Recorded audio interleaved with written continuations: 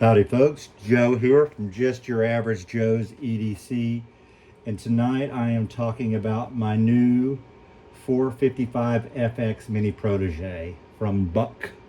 Now first of all, if you are new here, I appreciate you stopping by. If you've been here before, thanks for coming back. This channel is devoted to knife related content. I do reviews, restorations, and general EDC talk. Occasionally I will stray away to just EDC related items, but it's 99.9% knives. Now, if you like that kind of stuff, please like, subscribe, turn on your notifications, share with your friends, send up smoke signals, write your congressman. Hey, whatever you can do, man. I appreciate it. I've been doing this channel for a few weeks now, and I'm having a ton of fun, and thank you for all the support. Speaking of support, I want to throw a shout out. I'm going to put the name of the channel down in the description here. I'm hoping I get the name right here. Dong Comet. He mentioned my channel in the video, and I want to say thanks for that. I've checked out a few videos on his channel now, and it's been real interesting because he was making these handles for knives and axes and what he called like a spud buster. And like the guy did some really cool stuff. I haven't really ventured very far into creating things yet myself. It's mostly been just restorations and stuff, but that stuff interests me, man. It really does.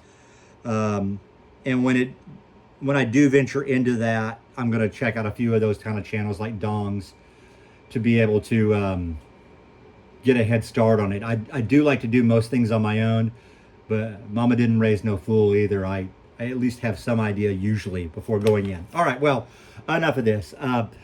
I featured this knife earlier in another video when I was out on my porch with my son. I'm not going to go over the whole story again. This knife was gifted to me today, and it was a nice act of kindness in a week that's been kind of crummy. So it kind of made my day. Now, this is the 455 FX Mini Protege. The FX just indicated that this had a serrated blade. Now, they made these without serrated blades. They made them in other sizes. I don't think those were called the Mini Protege. This is the Mini Protege because it's small. It has this drop point blade. It's under 2.75 inches. It's meant as a small, modern EDC knife. Now, this was run by Buck from 2000 until 2003. Now, I'm going to bring the Tang stamp up here for you. Hopefully, you're going to be able to see it. If you notice that little arch or upside down U, that's a good indication that this knife was actually produced in 2001, because that's the indicator for that particular year. Now these knives came with your standard lock back here and a little bit of color in the channel, which I don't know how much of that's going to come through, but it's cool. I love the color combination on this knife, man. The blue and the black. I'm not a flash kind of guy, you know. I like things pretty simple. But the blue and the black on this is a great combination. They featured these Velox neoprene type handles. And I think that's actually kind of what spelled the death for this knife. Let me explain. Now, these neoprene handles are great for some things. I mean, the grip on them is freaking amazing. I have some neoprene handled knives and other things.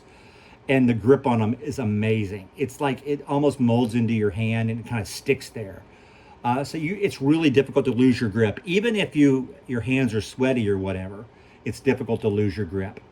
But the downside to them is they do tend to peel. This one just has a tiny bit of peeling right there. I had to be super careful when I cleaned this up before the video. I mean, this knife was not dirty at all.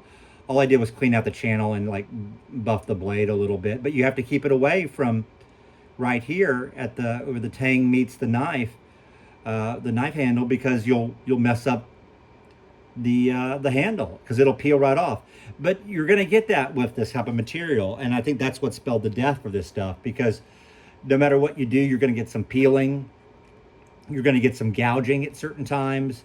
And especially I found with these knives, if you leave them in a hot environment for too long, like if you throw one of these type of handled knives or something else into a toolbox and like leave it in your garage for a long time, when you get it out, it's like deteriorating badly, and it feels like super sticky all the time you use it. You really can't get away from it, and then it just starts peeling away. So around 2003, that's when Buck started switching to like more thermoplastics and nylon and things like that. So I think ultimately, as cool as these handles are, uh, they're what spelled the death for this particular knife. Now, on the secondary market, you know, since these are no longer in production, like new old stock ones of these, like still in the blister packaging or something, might go up to 30 bucks. Ones in this kind of shape, which, you know, is still in good shape, but it does have an issue or two. It's missing the thumb turn. Originally, the thumb stud was right here. You get it up close so you can see the hole. There you go. Now, originally the thumb stud was there. As far as I know, these thumb studs were always black, but I think they missed an opportunity there, making it the same color of blue. I think that would have been awesome. I'm actually gonna write Buck and see if, send them an email and see if they have any of these thumb studs they can send me. They have been super cool in the past about sending me stuff. They sent me they sent me 3 shields for my Buck Lancer, and I just wrote them, emailed them, and said, "Hey, I'm missing the shield." They sent me 3 shields, and they said, "We think one of these will fit," and one of them did. And then I've still got one, and then I used another on another project. It's up on another one of my videos. I used it on a K-bar knife. I know it's not a K-bar. Buck shield and K-bar doesn't necessarily make sense, but it fit, and I was just wanting a knife for the house. I wasn't going to try to sell it as a Buck or anything.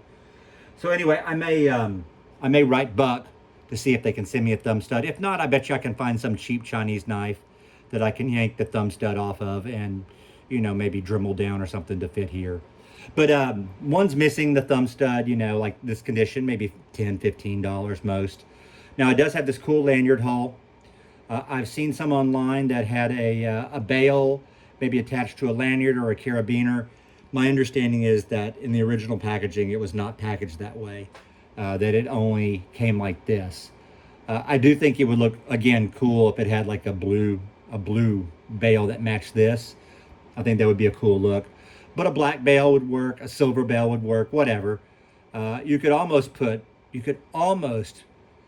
like run a large enough keychain through here and make it work. But I think I'm going to see if I can find something a little bit better for that. But there's no rush. There's no rush on the bail. It's not a big deal to me on the bail. The thumb stud I want to fix. The bail, well, if it comes around, it comes around. If not, you know, there's plenty of other ways to do it. You could even loop, you know, some cord through there and skip the bail entirely and just go straight to the lanyard. But as all with all Buck knives, and this is a Buck USA knife, not China, but all their knives are good, but USA are special. But it's strong, it's sturdy, that blade does not move, not at all. I think it's going to be a great 5th pocket knife for me. It's going to fit real good in that 5th pocket. Going to handle any task I throw at it for a small knife. You know, honestly, I'm thrilled to have it. They're my favorite knife company. I'm not a huge modern guy, but you know what? It's a pretty cool modern. You know, it really is. It's a piece of American history. I mean, I know most of our lives changed pretty dramatically in 2001.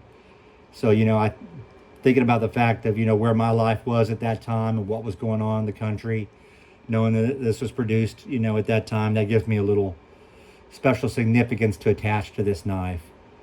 And, you know, it's one that I'm never going to get rid of. It's going to stay with me forever. It'll be passed down to my boys. It may not be a collector's item, but it's special in my heart. So, hey guys, I appreciate you dropping by as always. Thank you for your time. Thank you for your support of this channel. You guys take care and God bless.